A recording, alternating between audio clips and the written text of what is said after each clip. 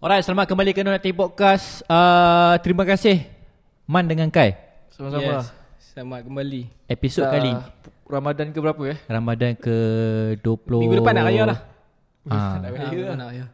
Kalau minggu depan dalam 21 lah. Macam tu lah. Betul. Lebih kurang lah 25. So dah puasa berapa hari? Alhamdulillah penuh. Alhamdulillah Sekarang fokus malam terakhir lah aku. Subhanallah. Malam ni tadi dah tadi. Dan mana? ni sebab lepas tarawih. Jadi dah. Oh. Ni kan lepas tarawih. Okay. Jadi kepada siapa yang nak mendapatkan renovation dan modification rumah. Ya. Sempat lagi nak raya ni buat rumah. Lepas raya dah tak sempat. Raya tahun depan lah.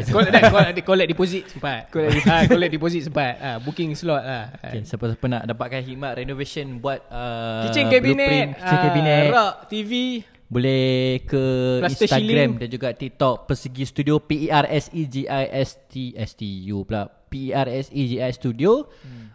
Dapatkan orang panggil apa? Katalog.